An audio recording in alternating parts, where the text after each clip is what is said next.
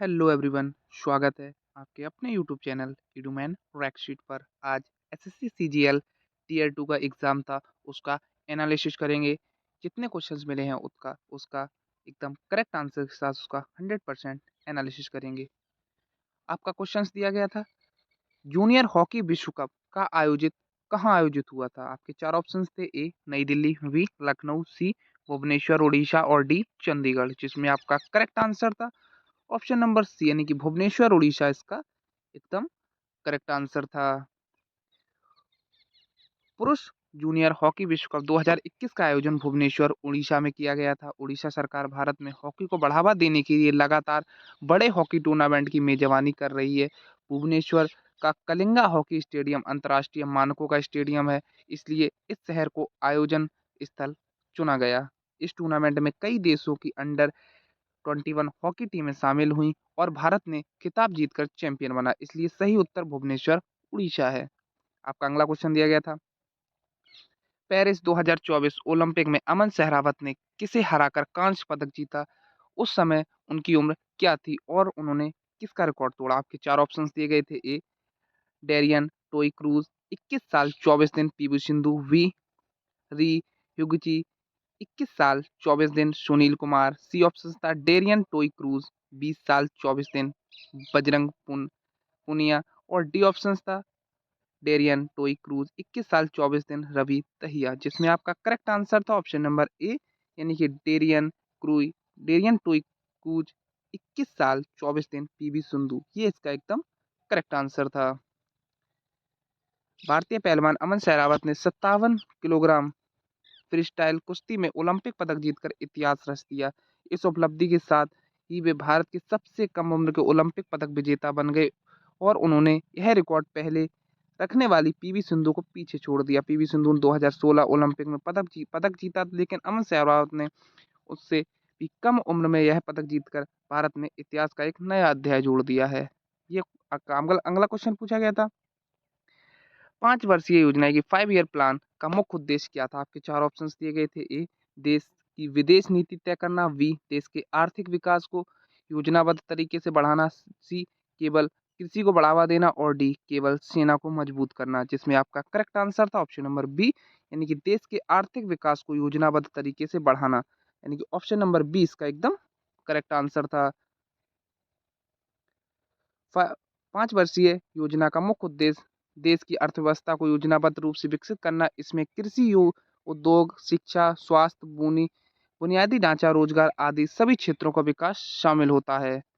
आपका अगला क्वेश्चन दिया गया था, अलाउद्दीन खिलजी ने मार्केट डिपार्टमेंट यानी कि बाजार सिस्टम किस लिए बनाया था? आपके 4 ऑप्शंस दिए गए थे। ए सिर्फ व्यापार बढ़ाने के लिए, बी केवल कर यानी कि टैक्स बढ़ाने के लिए, सी माल यानी कि अनाज के दाम नियंत्रित करने और जनता को महंगाई से बचाने के लिए और डी सिर्फ सेना के लिए सामान जुटाने के लिए, जिसमें आपका करेक्ट आंसर था ऑप्शन नंबर सी यानी कि माल अनाज के दाम नियंत्रित करने और जनता को महंगाई से बचाने के लिए, यानी ऑप्शन नंबर सी इसका एकदम करेक्ट आंसर था।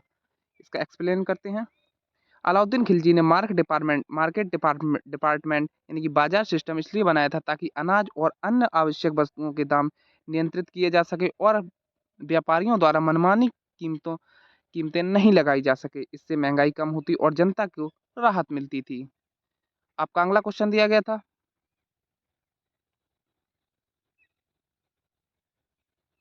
आपका अगला क्वेश्चन दिया गया था, शरीर में मांसपेशियों में क्रैम्प का या दर्द अक्सर किस कारण होता है? आपके 4 ऑप्शंस दिए गए थे। ए शरीर में पानी की अधिकता, बी लैक्टिक एसिड का जमा होना जाना, सी ज्यादा नींद लेना और सी और डी ऑप्शन था विटामिन सी की कमी, जिसमें आपका करेक्ट आंसर था ऑप्शन नंबर बी यानी कि लैक्टिक एसिड का जमा हो जाना, ये इसका एकदम करेक्ट आंसर था। इसका एक्सप्लेनेशन करते हैं, जब हम ज़्यादा मेहनत या व्यायाम करते हैं तब शरीर में ऑक्सीजन की कमी हो जाती है और मांसपेशियों में ग्लूकोज का टूटना शुरू हो जाता है। इस प्रक्रिया में लैक्टिक एसिड बनता है जो मांसपेशियों में जमा होकर क्रैम्प्स यानी कि दर्द पैदा करता है।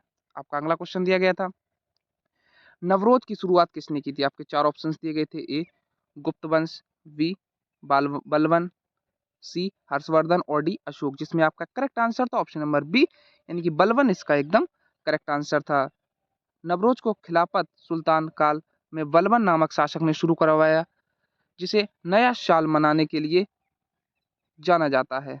आपका अगला क्वेश्चन दिया गया था, भूपेन हजारिका का उपनाम क्या था? आपके 4 ऑप्शंस दिए गए थे। ए संगीत सम्राट, बी स्वर कोकिला, सी ब्रह्मपुत्र और डी सुधाकंठ, जिसमें आपका करेक्ट आंसर था ऑप्शन नंबर डी यानी कि सुधाकंठ इसका एकदम करेक्ट आंसर था। डॉक्टर भूपेन हजारिका को उनकी मधुर और भावपूर्ण आवाज के लिए सुधा कंठक कहा जाता था। वे असम के महान गायक, संगीतकार और कवि और समाज सेवी थे। आपका अगला क्वेश्चन दिया गया था, भारतीय न्याय संहिता वीएनएस की धारा 106 के अनुसार यदि कोई व्यक्ति लापरवाही से वाहन चलाकर किसी की मृत्यु का कारण बनता है तो पुलिस को सूचना दिए बिना घटना स्थल से भाग जाना हिट एंड रन को, तो उसे अधिकतम कितनी सजा हो सकती है? आपके 4 ऑप्शंस दिए गए थे। ए 2 वर्ष की कैद और जुर्माना, बी 5 वर्ष की कैद और जुर्माना, सी 7 वर्ष की कैद और जुर्माना और डी 10 वर्ष की कैद और जुर्माना, जिसमें आपका करेक्ट आंसर था ऑप्शन नंबर डी यानी कि 10 वर्ष की कैद और जुर्माना इसका एकदम करेक्ट आंसर था। आपका अगला क्वेश्चन दिया गया था, फीफा के आधिकारिक नियमों के अनुसार एक बास्केटबॉल खेल में कितने क्वार्टर होते हैं और उनकी अवधि क्या होती है? 4 ऑप्शंस दिए गए थे। ए 4 क्वार्टर प्रत्येक 10 मिनट का, बी 4 क्वार्टर प्रत्येक 12 मिनट का, सी 2 हाफ प्रत्येक 20 मिनट का और डी 4 क्वार्टर प्रत्येक 8 मिनट का, जिसमें आपका करेक्ट आंसर था ऑप्शन नंबर ए यानी कि 4 क्वार्टर प्रत्येक 10 मिनट का, ये इसका एकदम करेक्ट आंसर था। अगला क्वेश्चन दिया गया था, 2025 पुलित्जर पुरस्कार के में फिक्शन श्रेणी में किसे सम्मानित किया गया था? आपके 4 ऑप्शंस दिए गए थे। A N पेचेट, B Percival Everett, C Louis एड्रिच और डी टोनी मॉरिसन, जिसमें आपका करेक्ट आंसर था ऑप्शन नंबर बी यानी कि पर्सिवल एवरेट उनके उपन्यास जेम्स के लिए, यह इसका एकदम करेक्ट आंसर था, यानी कि ऑप्शन नंबर बी इसका एकदम करेक्ट आंसर था। अगला क्वेश्चन दिया गया था, बॉक्साइट सबसे ज्यादा कहाँ पाया जाता है? आपके 4 ऑप्शंस दिए गए थे। ए उत्तर प्रदेश, बी राजस्थान, सी ओडिशा और डी महाराष्ट्र, जिसमें आपका करेक्ट आंसर था ऑप्शन नंबर सी उड़ीसा इसका एकदम करेक्ट आंसर था। बॉक्साइट एक महत्वपूर्ण खनिज यानी कि मिनरल है जो एल्यूमिनियम बनाने में उपयोग होता है। भारत में उड़ीसा बॉक्साइट उत्पादक में अग्रणी राज्य है। अगला क्वेश्चन दिया गया था, ज्ञान भारत मिशन का मुख्य उद्देश्य क्या है? आपके 4 ऑप्शंस दिए गए थे। ए उच्च शिक्षा, सिर्फ उच्च शिक्षा को बढ़ावा देना, बी स्कूल में डिजिटल शिक्षा और शिक्षा के स्तर को सुधारना, सी केवल रोजगार सृजन करना और डी केवल खेल शिक्षा को बढ़ावा देना, जिसमें आपका करेक्ट आंसर था ऑप्शन नंबर बी यानी कि स्कूलों में डिजिटल शिक्षा और शिक्षा के स्तर को सुधारना, यानी कि ऑप्शन नंबर 20 का एकदम करेक्ट आंसर था। आपका अगला क्वेश्चन दिया गया, इसका एक्सप्लेन करते हैं। ज्ञान भारत मिशन का मुख्य उद्देश्य शिक्षा के स्तर को बेहतर बनाना और स्कूल में डिजिटल शिक्षा को बढ़ावा देना। इसका लक्ष्य है कि सभी स्कूलों में आधुनिक तकनीकी और के माध्यम से पढ़ाई की आसान और प्रभावी हो। अगला क्वेश्चन दिया गया था, भारतीय संविधान के अनुच्छेद 254 के संदर्भ में निम्नलिखित कथनों पर विचार करें। आपके 4 ऑप्शंस दिए गए थे। आपके कथन दिए गए थे, यदि किसी समवर्ती सूची के विषय पर राज्य विधानमंडल द्वारा बनाया गया कानून संसद द्वारा बनाया गया कानून से असंगत हो तो संसद का कानूनी प्रभावी होगा और राज्य का कानून उस सीमा तक शून्य होगा। कथन दूसरा था, सभी राज्य विधानमंडल का ऐसा असंगत कानून राष्ट्रपति के विचार और आरक्षित रखा जाता और उनकी सहमति प्राप्त कर लेता तो वह कानून उस राज्य के प्रभावी हो सकता है, लेकिन संसद को बाद में यह विषय पर कानून बनाने से नहीं रोका जा सकता, यानी कि इसका करेक्ट आंसर था दोनों, यानी कि कथन ऑप्शन नंबर सी, यानी कि कथन 1 और 2 दोनों सही, ऑप्शन नंबर सी इसका एकदम करेक्ट आंसर था। अगला क्वेश्चन दिया गया था, भारत में द्वितीय पंचवर्षीय योजना का मुख्य उद्देश्य क्या था? आपके 4 ऑप्शंस दिए गए थे। ए कृषि विकास, बी आत्मनिर्भरता, सी भारी उद्योग का विकास और डी गरीबी उन्मूलन, जिसमें आपका करेक्ट आंसर था ऑप्शन नंबर सी यानी कि भारी उद्योगों का विकास इसका एकदम करेक्ट आंसर था। अगला क्वेश्चन दिया गया था, निम्नलिखित कथनों पर विचार करें। जोजिला दर्रा कश्मीर घाटी और लद्दाख लेह को जोड़ता है।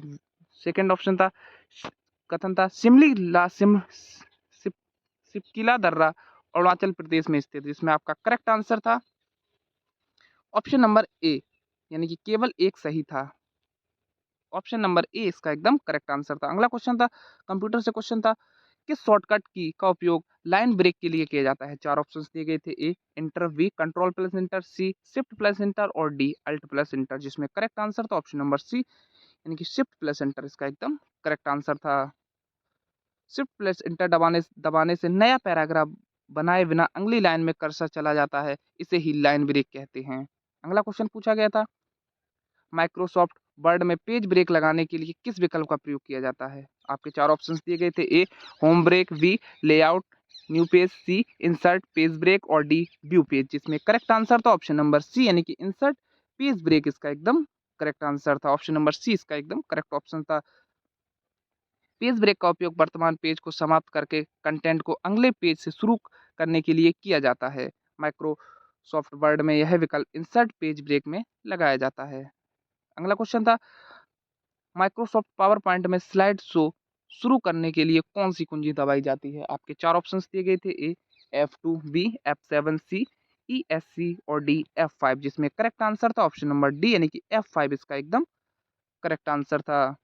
F5 कुंजी दबाने से पावर पॉइंट में स्लाइड शो पहली स्लाइड से शुरू हो जाता है। अगला क्वेश्चन दिया गया था, एक्सेल में डेटा की गिनती यानी कि काउंट करने के लिए किस फंक्शन का उपयोग किया जाता है? चार ऑप्शंस दिए गए थे। ए सम, बी एवरेज, सी काउंट और डी मैक्स। जिसमें करेक्ट आंसर था ऑप्शन नंबर सी यानी कि काउंट इसका एकदम करेक्ट आंसर था। काउंट संख्यात्मक डेटा गिनती करता है। इतने ही क्वेश्चंस मिल पाए हैं। जितने भी क्वेश्चंस मिले हैं उनका करेक्ट क्वेश्चंस के साथ उसका 100% एनालिसिस किया है। अगर आपको वीडियो अच्छी लगी हो तो वीडियो को लाइक और चैनल को सब्सक्राइब जरूर कर दें। Thank you.